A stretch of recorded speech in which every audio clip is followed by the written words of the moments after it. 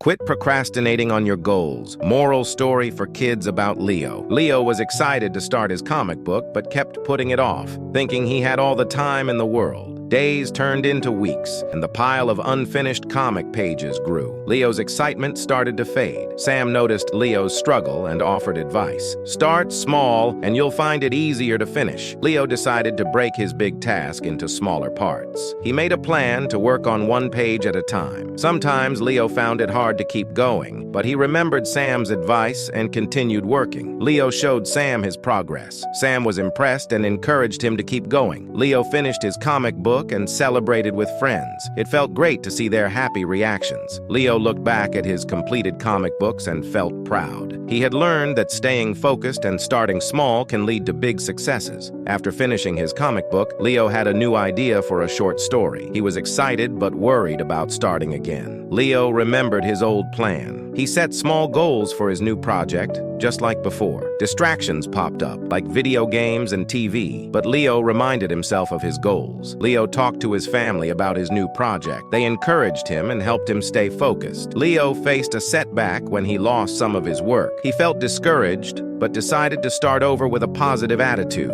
Leo checked his progress and saw how much he had accomplished. It made him feel proud and motivated. Leo shared his new story with friends and family. They were impressed and congratulated him on his hard work. Leo learned that staying focused and working hard on goals leads to great achievements. He felt ready for any new challenges. Setting small goals, seeking support, and staying focused can help you overcome procrastination and achieve your dreams. Each step forward is a victory. Quit blaming others and making excuses. Moral story for kids about Anthony. Anthony's favorite toy broke, and he blamed his little brother Sam, even though he wasn't sure who was at fault. Anthony couldn't find his homework and told his teacher it was lost at school, not admitting he forgot it at home. The teacher gave Anthony advice. Blaming others won't help. Take responsibility and solve the problem. Anthony remembered he had left his homework at home.